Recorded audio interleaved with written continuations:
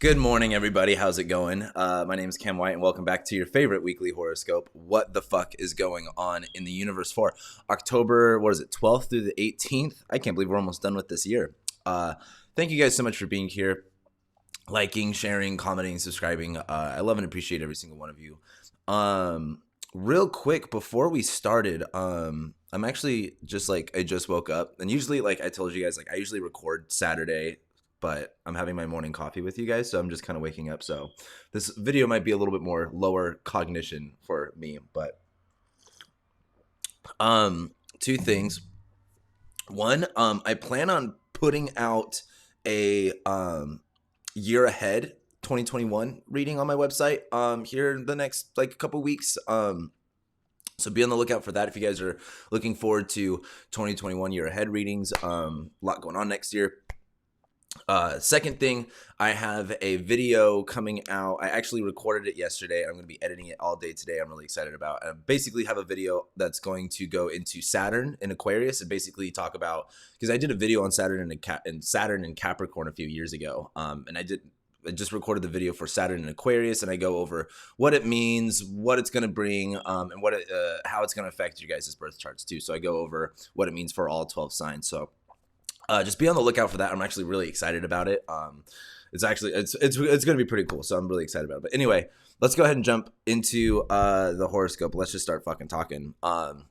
This week, well, actually, before we get it, I just want to say this week is fucking crazy. This week is so everywhere. This week is it's chill, and then it's extreme, and then it's bad, and then it's great, and then it's awful, and then it's amazing, and it's kind of everywhere. So this isn't a week to be, I guess, be flexible. This week is a good way to put it.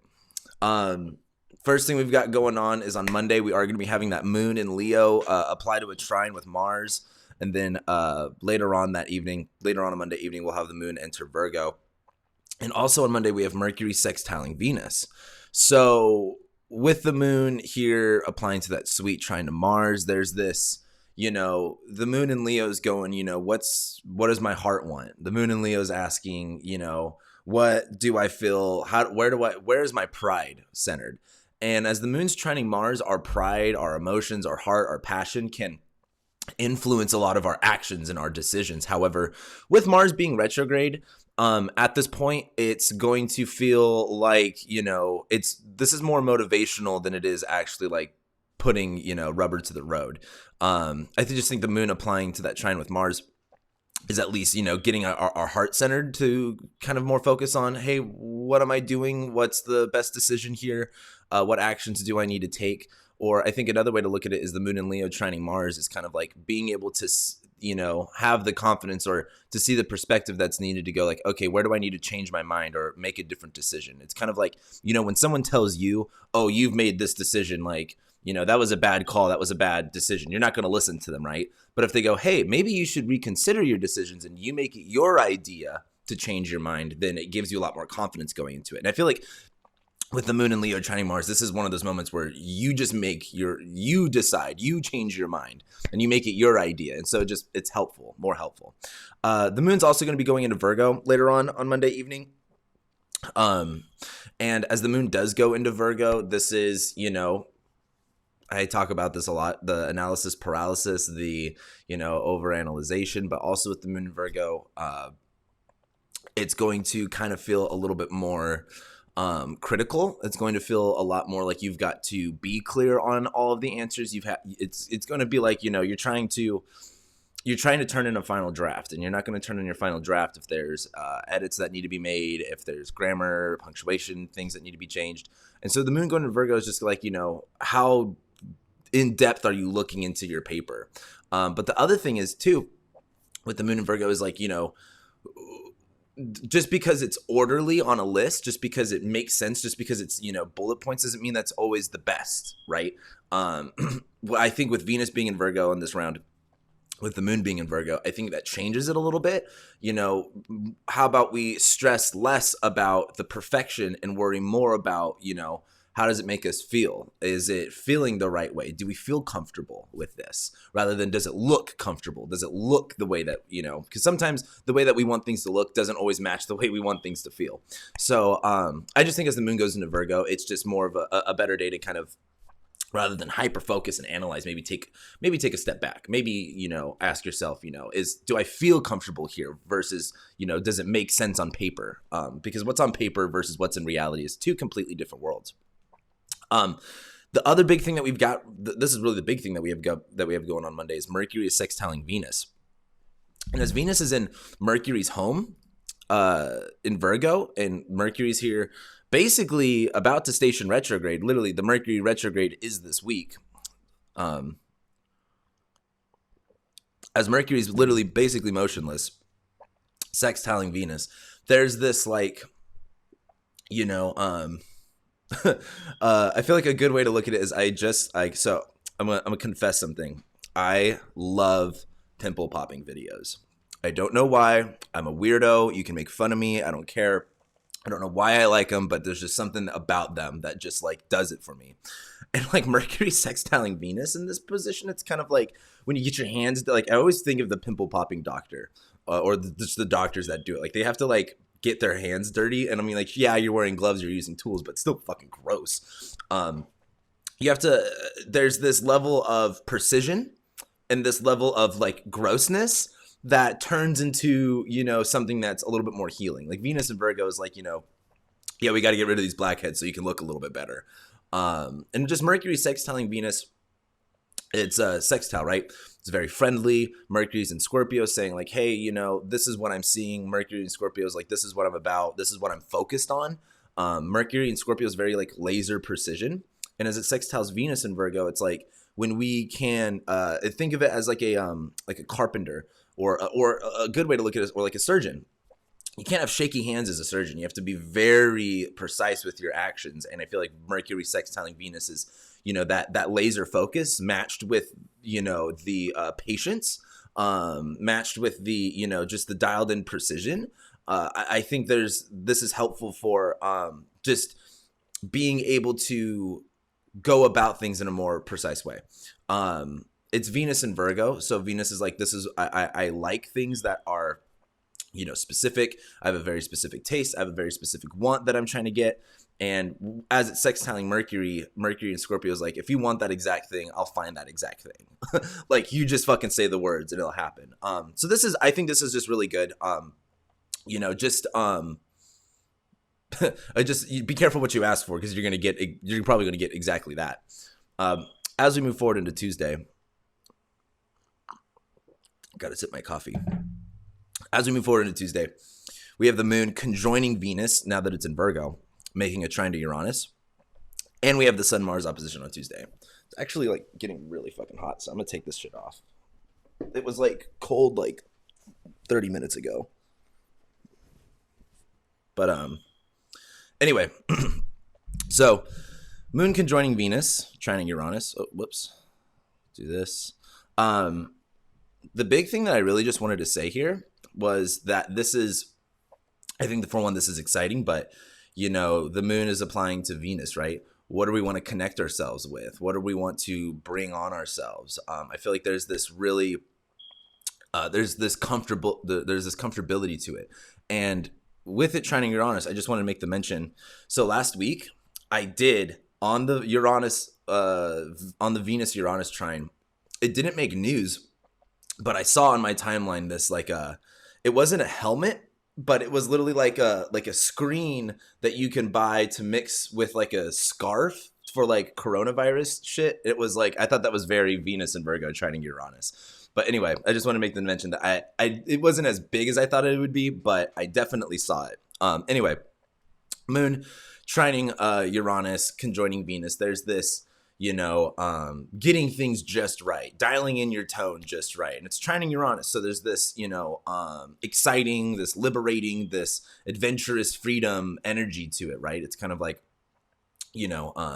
when you stack all of your dominoes up and they're all perfectly aligned, that excitement of oh, I can't wait to knock them all down type thing. But the one big thing that I honestly don't even really care about the moon conjoining Venus and being in Virgo at this point, because we're at the Mars Sun opposition. And this is a pretty big deal because this is literally the climax of the Mars retrograde. When you get into the Mars synod, when that's Mars's relationship with the sun, it mirrors the hero's journey. And at this point of the hero's journey, this is, I like to think of The Incredibles. The Incredibles does the hero's journey so well. It's like literally like in my opinion, like the best example. But when you watch The Incredibles, how Mr. Incredible like gives up, right? And he's like, oh, I can't do it. I'm here, but I can't do anything about it. That Sun-Mars opposition is that point where, you go, maybe this isn't working. Maybe this isn't what I want. Maybe this isn't the best decision to do. I mean, also look at here. This is the sun in Libra and it's fall. There's nothing that says I am confident about what I'm doing here.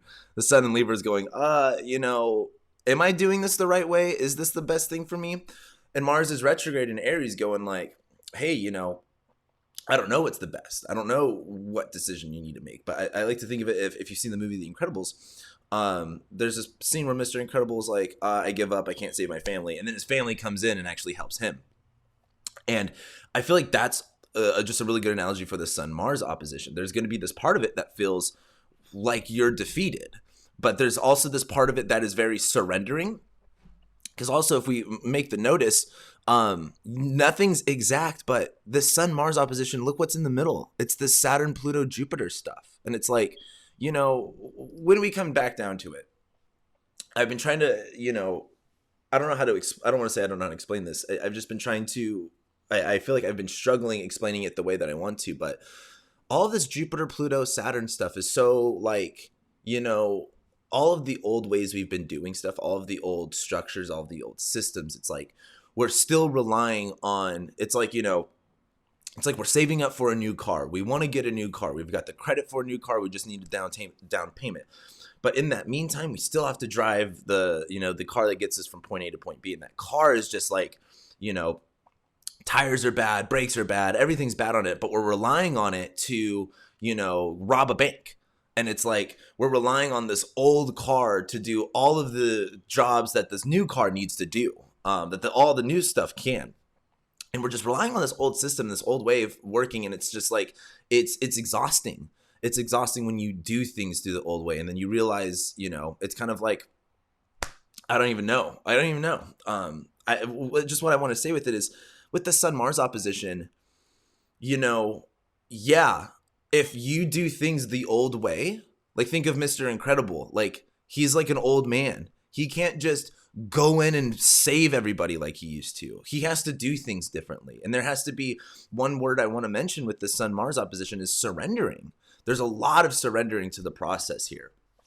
And trust me, like I don't know if you guys seen my chart, but I don't like to surrender, and I'm struggling even taking that advice or how I'm really going to deal with all of this stuff. But with the Jupiter, Pluto, Saturn stuff all in the middle here, we can't keep riding on all of this. This doesn't work anymore. And now that all of this shit's moving forward, it's like, we got to get rid of it. And the Sun-Mars opposition's like, hey, what's the best course of action that I can take? Sure, maybe it's not my first decision. Maybe it wasn't my first choice. But what is going to be the best for me? And you might have to surrender to, like, for example, in Mr. Incredible, his family helping him out. He didn't want his family to be there, but they were there. And so they helped him, and it actually got him out of the situation and eventually led them to success. So I think just at the Sun-Mars opposition point, and I've been looking at this for a long time, I think this is really going to change the game with surrendering to the process, not forcing anything and just letting things happen. The sun's in Libra here. Mars is retrograde. This isn't a time where you go, oh, I'm going to make the best decision ever. And this is exactly what my first choice was, and yada, yada, yada. I just think during this Mars Sun opposition, there's this point where we go, where for one, things change. Because that's the climax, right? Things are now changing over. Things are now moving. But it's not necessarily because, something exciting happened. It's not necessarily because something, good happened. Not to say that something bad is going to happen, but I just think it's kind of like if you've been working on, like, I remember I had a Ford Explorer for a long time, and it just had problems and problems. And I did all the car work on myself. Like, I was watching YouTube videos, fucking doing it, this and this and that. And then there was this one time where I just could not get the check engine light to turn off. I could not get it done. And I just gave up, and I was like, you know what? Like, it's time to buy a new fucking car. It's just time to buy a new car. I don't want to buy a new car. I don't feel like having a monthly payment, but I don't have a choice. And I'm glad I did. I fucking love my new car.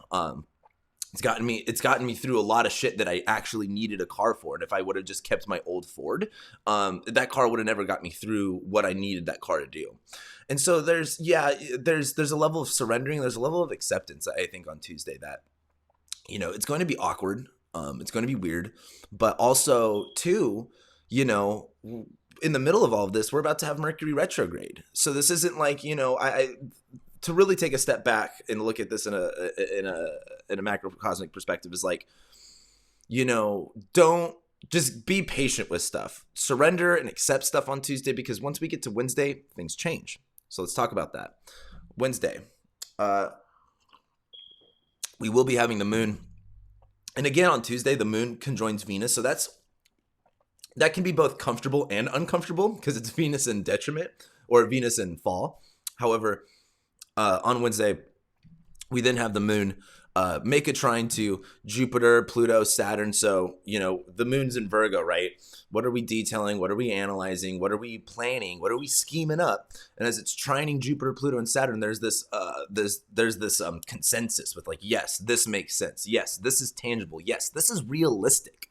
Because that's the other thing too. There's a lot of realistic, pragmatic energy right now. And this is definitely the time to be realistic, pragmatic, simple, easy. Less is more. I've been talking about this shit all fucking year. And as the moon's trining Jupiter, Saturn, Pluto, there's this ability to go like, okay, now that I've stashed my acorns for the winter, this acorn stash is now going to help support me throughout the winter. This is going to give me the confidence that I need to relax and hibernate throughout the winter.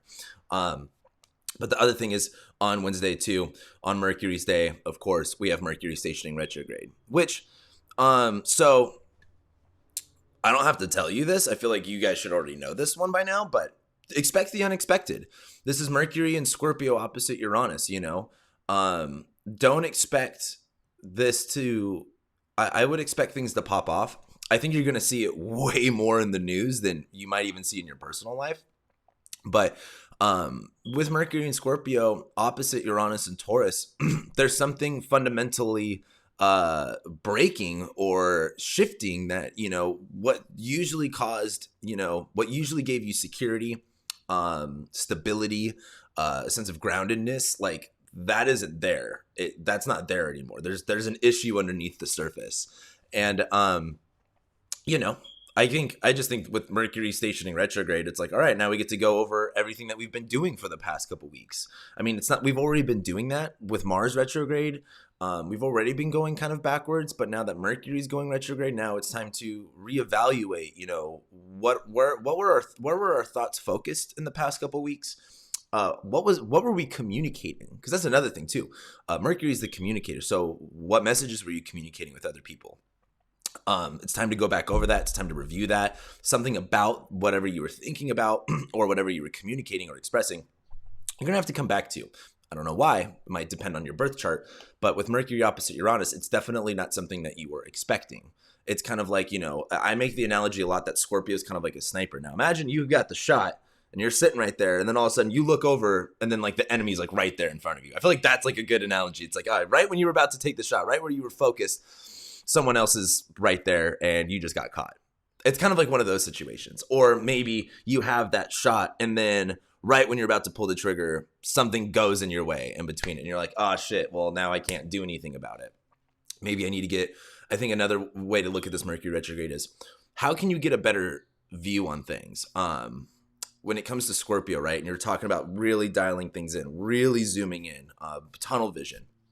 And if we go back to that sniper analogy, I don't know shit about snipers. I'm not in the military. I'm just kind of guessing with this type of stuff. But I feel like I'm pretty confident in this guess that if I was a sniper, I wouldn't like lay on the ground. I would want to be high up, and I would want to be more farther away, or as far away as I could be so I could see the most. And I think that's a good way to look at this Mercury retrograde.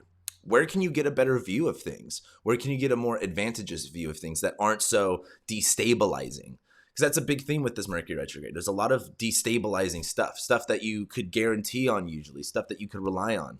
Can't really rely on it anymore.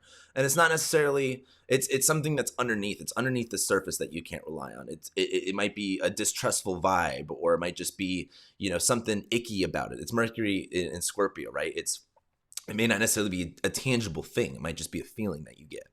But just give yourself room to have a broader perspective of things. We go into Thursday. There's a stupid meme. It's stuck in my head every single time I look at Thursday. Anyway, we get into Thursday, and we're gonna have the moon enter Libra and the sun square Pluto. Now, this isn't really, I guess, like important. As the moon goes into Libra, we are starting the new moon phase. So there is this, all right, both of the luminaries are focused on Libra. Libra is about balancing. It's about justice. It's about being fair. It's about bringing things together. It's about building bridges and connecting. And as both the luminaries are now in that sign, that's where the focus is. That's going to be that way for a lot of us. But as the sun squares Pluto, again, I think a lot of this stuff we're going to see more so in the news. Like, it's really insane how well the news and the politics of right now are just so synonymous with the astrology. However, with the sun squaring Pluto, there is this heightened, sun squaring Pluto is like, oh, we can be just, but actually the courts are corrupt. Like, Pluto in Capricorn is definitely bringing a lot of corruption to the system. I mean, Pluto's been in Capricorn since 2008. The operating system itself is corrupt. And with the sun squaring Pluto, how can you have justice? How can you have peace? How can you have fairness when the whole system and the whole game's corrupt? So I think on a personal level, how, like I said before, with the Pluto, Jupiter, Saturn stuff, the whole system, the whole way we've been operating, it's old, it's done, it's trash. And the sun in Libra is trying to justify why we should still use it, or trying to justify why we could still keep it. Maybe there's a sentimental attachment. If we analogize Saturn, Pluto, Jupiter to an old car, the sun squaring Pluto is like, I don't want to get rid of it. I like this car. I have so many memories with this car, But what if I need it for this event? Or what if? Like, it's so what if. Don't fucking worry about the what ifs. What if not? Toss that shit out, in my opinion. Sun squaring Pluto. If it doesn't work, get rid of it. If it's not fair, if it's kind of like, the sun in Libra is kind of like, it's kind of like when they have trials for the big murderers, like the Aurora shooter guy. Yeah, he was going to jail for fucking ever. Like, he had to have the court case.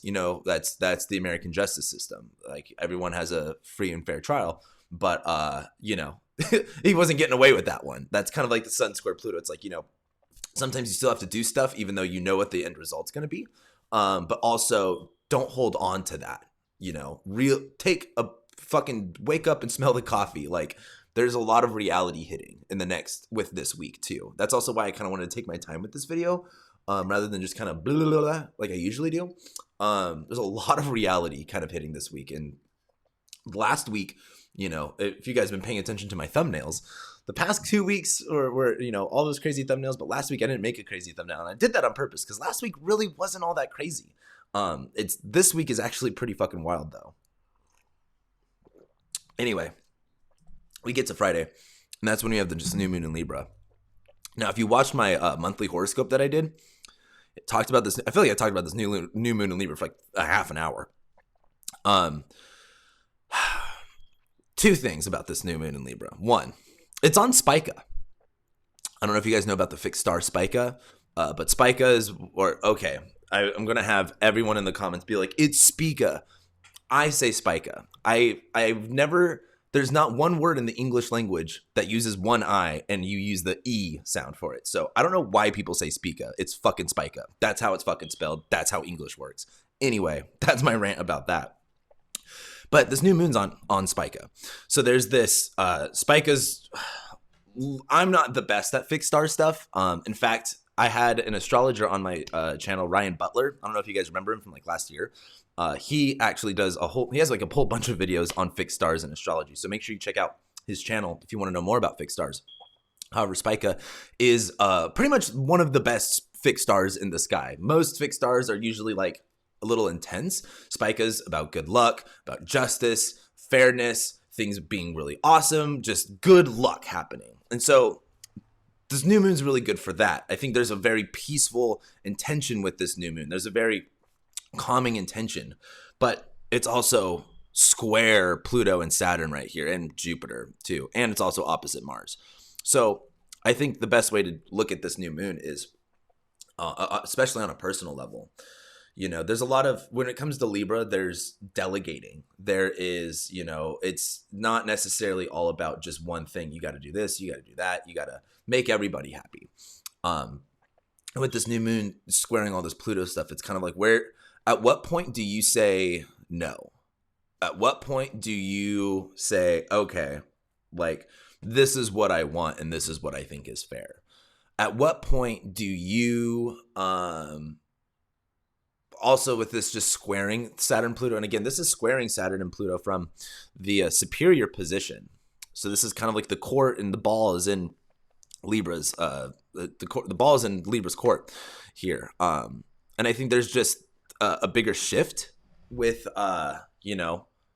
it's a new moon. So there's a intention setting. There's a, hey, where am I trying to get my energy clear? Both of the luminaries are on one sign of Libra. So being fair, having more balance, being more elegant, beautiful too, Libra, Venus stuff. But it's squaring Saturn and Pluto. Like, in order for this balance to occur, what needs to change? In order for this balance and this fairness and this justifiable energy to occur, what actually needs to change? What problems do you need to actually address? It's the same idea with how do you put it? It's like with the legalizing weed thing, and how, yeah, sure, weed's legal now, but there's still people incarcerated who have weed charges. It's like, what?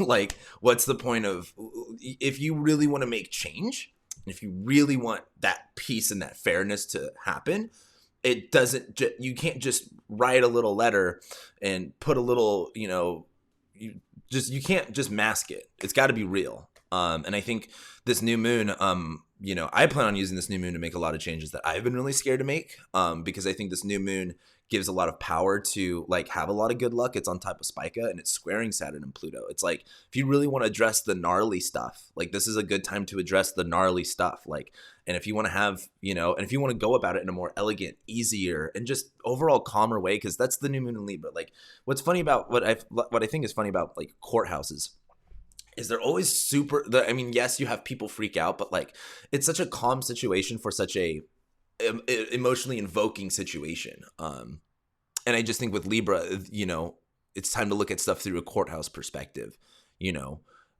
Let's hear both arguments. Let's, what is it called? Fucking cross interview people or whatever. There's a conversation to be had, I guess, is a good way to look at it. And this is just when you get all the facts straight, right? The Mercury is now retrograde at this point. So we're reviewing things. We're reflecting on things. This is the new moon in Libra. So there's this, calming energy. There's this centered energy. I think this is just, for one, I'm sure you guys, I feel like everyone's kind of at this point where everything's just kind of fucking crazy in all of our lives right now. There's a million things going a million different ways. There's a lot of new things that have happened, a lot of old things that are still going away. And this is kind of the point where we go like, okay, let me come back to myself and get a grip on myself so I can handle all of this stuff better. That's really the best way to look at it. Anyway, we move to Saturday and things only get crazier, because Saturday is one thing, but then we get to fucking Sunday. So Saturday, the moon will then enter Scorpio, where it will then conjoin Mercury and go opposite Uranus. Again, I think this is going to be one of those things that you see in the news more than you see in life. But what I find really interesting about the moon going into Scorpio is right after this new moon, there's this, we set our intentions. These are real ass intentions, right? There's a new moon on Spica, squaring Saturn, Pluto, opposite Mars. Like, where like I'm about this, like this is what I'm fucking doing. The moon then moves into Scorpio, right, where there's this element of being very uncomfortable. And I think it was SJ Anderson on Twitter who made this note on, I don't know if you guys follow him on Twitter. He made this note of on Saturday, the sun will be in fall, the moon will be in fall, Venus will be in fall, and Jupiter will be in fall. I think that's pretty interesting. For one, I don't think that's comfortable. I don't think that puts us in a comfortable position. I think that makes us really have to like, there's when we talk about a planet being in its fall versus in its detriment, or fall versus its exaltation or its domicile. I mean, the big thing you got to know is a planet in its fall is having to work incredibly hard to do its job normally than, for example, like Jupiter in Capricorn has to work a lot harder to be optimistic, to, see things very idealistically than Jupiter in Sagittarius. Jupiter in Sagittarius operates on that level naturally, but Jupiter in Capricorn, it's a lot more difficult to do those Jupiterian things. So when you have all these planets in like fall or detriment, there's a lot more of an effort that has to be put on your end in order for those planets to kind of do their job. So as the moon conjoins Mercury as it's in Scorpio, I think there's this really deep level of understanding. In my opinion, this is a good day to get really deep with yourself. Maybe have a conversation, but also don't expect that conversation to go ultimately smoothly because it's Mercury and the moon opposite Uranus. I think too, this is a lot of fear coming up. As the moon goes into Scorpio, our emotions are, I think timid. They're a little kind of triggered, kind of have a little bit of PTSD. And as that moon's in Scorpio conjoining Mercury, we're fucking going like, saying all the negative shit in our head all day long, and it's opposite Uranus. It's very destabilizing, right? A lot of destabilizing energy in this. But I also think as we get to what day is this? We're on fucking Saturday. There is this level of emotionally charged action, right? Now that Mercury's retrograde, the moon's applying to it. Things are starting to move. Whatever you're reflecting on, whatever you're rethinking, there's something that you're either your mindset, like what you're thinking about, or what you're feeling. That's something about that's changing by Saturday, and you can actually maybe have the opportunity to really reflect because Mercury in Scorpio is like fucking like I'm on target, right? Mercury, the moon conjoining Mercury now retrograde is maybe someone tapping on your shoulder going, hey, rather than focusing on this spot that you've been on for so long, try this perspective, try this view. And maybe that will give you a better scope of things. Like I said before, I think this is just, we're really locked on target here, and I think that's okay. But I also think there's a better opportunity, there's a better spot for us to see things more clearly and to get a clearer shot. And I think this Mercury retrograde is an opportunity to get that clearer shot. The only problem is it's Mercury opposite Uranus. It's kind of destabilizing. Like if you're a sniper and you're in the spot, like you don't just get up and move, like you're there type of thing. So anyway, then we get to Sunday, and this is where shit gets really crazy. So on Sunday, we have Venus opposite Neptune and Venus trining Jupiter, plus we have the Sun square Saturn, plus we have Mars square Jupiter. A lot's going down on Sunday. A lot is going down on Sunday. Like this is really the pinnacle of the week. And when we get to next week's video, you guys are going to be like, fuck, Cameron, that was crazy. First thing, well, we'll start with the bad stuff and we'll end on the good stuff. First thing, Sun squaring Saturn. There is definitely Saturn in its domicile versus the Sun in its fall is uncomfortable. The Sun in Libra is kind of like, I make this analogy a lot when I talk about like wife swap. Or I can't even fucking think of what TV show I used to watch. But have you ever seen those TV shows where those like suburban white moms try to like punish their kids and they're like, David, stop being mean. And then the kid's like, fuck you, mom. And then like fucking like yells at her and fucking wrecks the car and fucking steals like money out of her purse. And she's just like, whatever. Like that's like the Sun square Saturn. It's going to be easy to be a pushover. It's going to be easy to like, you're going to be like, cause this is the Sun in the superior position, right? Squaring Saturn. So this is like, hey, Saturn, can you not do that like thing? And Saturn's like, fuck you. Like, I'm gonna do whatever I want. So there's this conflict, right? There's definitely some conflict. The Sun in Libra wants to be more peaceful, more relaxed. Saturn and Capricorn's like, no, bitch. Like, we got work to do. Where this is what's on the agenda. The Sun in Libra is like, why don't we relax? Why don't we take some time to, chill out? And the Saturn and Capricorn wants to go a million miles an hour. So I think as the Sun squares Pluto, there is this like, you kind of have to stand up for yourself. And if you don't, like, you're going to get walked on. Like, it's with anything in Libra, it's super easy to be a doormat. And you can't be mad at people for walking all over you if you are literally a doormat. Like, that's a job. Like, your job is to be a doormat and people are walking over you. Your goal is to not be that doormat. Your goal is to stop laying on the ground to let people walk over you. Do something different. And I think this is a great time to make those changes. Why I say that too? Mars is also squaring Jupiter. For one, I think I also talked about this in the monthly horoscope. I think you're probably going to see some type of explosion, like we saw the first time Mars squared Pluto. The first time Mars squared Jupiter was that explosion in fucking was it Lebanon? It wasn't Lebanon. It was something with a B. I thought I might be wrong. But that big explosion, that was the Mars squared Jupiter thing. I think you might see something about that again, especially come up in the news. But Mars squaring Jupiter and Capricorn is like. Jupiter and Capricorn is like to go back to a car analogy. Have you guys seen those Honda Civics on the street and they think they're all badass and they think they're all fast, but really they're just running stock JDM parts? Like, Jupiter and Capricorn is trying to take on more than it can handle. And I think Mars squaring Jupiter is when the rubber meets the road, it's not going to show up like that. And I just think Mars squaring Jupiter is, again, with Jupiter, less is more. With Jupiter and Capricorn, I should say less is more. There is this sense of working with what you have. Like I've been saying almost all year, we only have the tools that we have. Mars squaring Jupiter is like, you don't waste your, don't use the wrong tool for the wrong job. Because if that tool breaks, then you're fucking out of that tool for the job that it was intended for, that you needed it for. So I think a good way to look at Mars squaring Jupiter is don't push the envelope. I don't think there's any way to run out of conflict. But and again, a lot of what I'm going to say on Sunday is almost conflicting.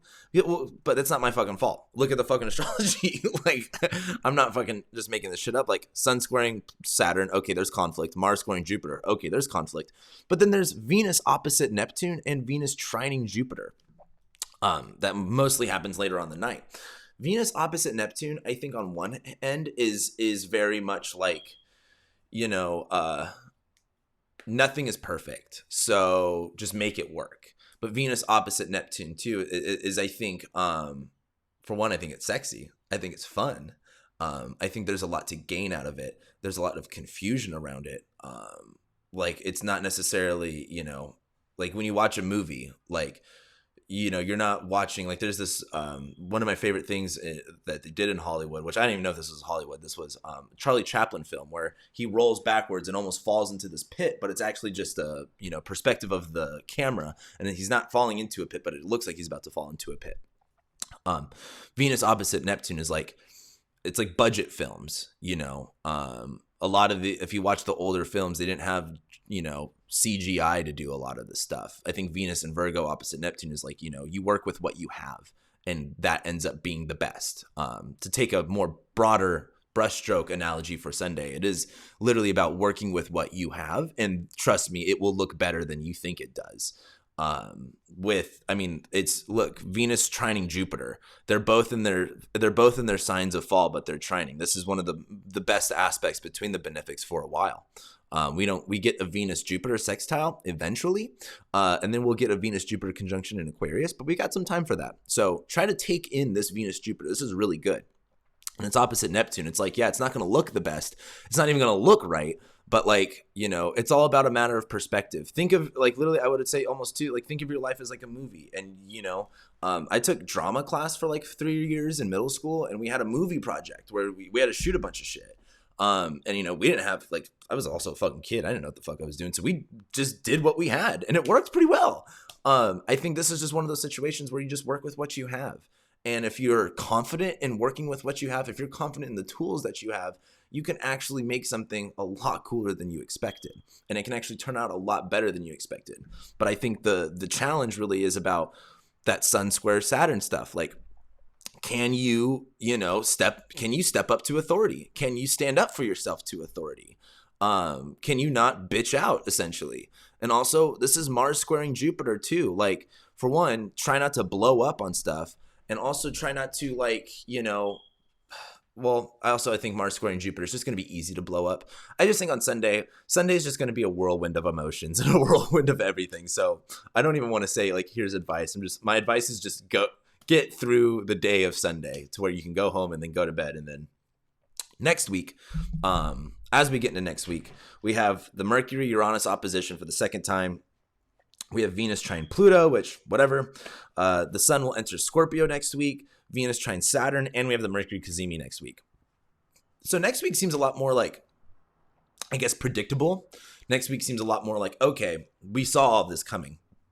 This week is not like that. This week is very much like, so many things are going to be changing. Again, 1 minute it's like this, 1 minute it's like that. It's kind of all over the place. And by the time we get to Sunday, Sunday's going to be wild. So my biggest suggestion is just get through this week. And also, you'll probably want to watch this video by Sunday, because I know a lot of you guys watch this at the end of the week, and I always think that's really funny. And by the time you get to Sunday, you're going to be like, what the fuck is going on? But anyway, I think that's what I got for you guys. That's this week. Again, I should be having year ahead horoscope or year ahead readings up on my website soon. But in the meantime, if you guys like to book a reading, I love doing readings for you guys, and I know a lot's going on, so please book a reading with me. It also supports me and being able to make these videos and do more of the videos I'm going to be putting out. I haven't been doing a lot of extra videos this year. Been like, now that the video's ended, I'll rant a little bit here. In like 2019, I was doing a lot of extra YouTube videos, but basically after my dad passed and having to deal with all of that stuff, plus I was in a 12th house perfection, and it was ruled by my Mars on my descendant. Plus I have Saturn and Pluto squaring my moon right now. Plus I have Mars opposite my moon, like literally right now. Like, I've been wanting to do so many more videos this year, but I just haven't. It's just been like super hard for me to even, I don't want to say even get out of bed. I haven't been like super depressed. It's just been hard to do more than the minimum.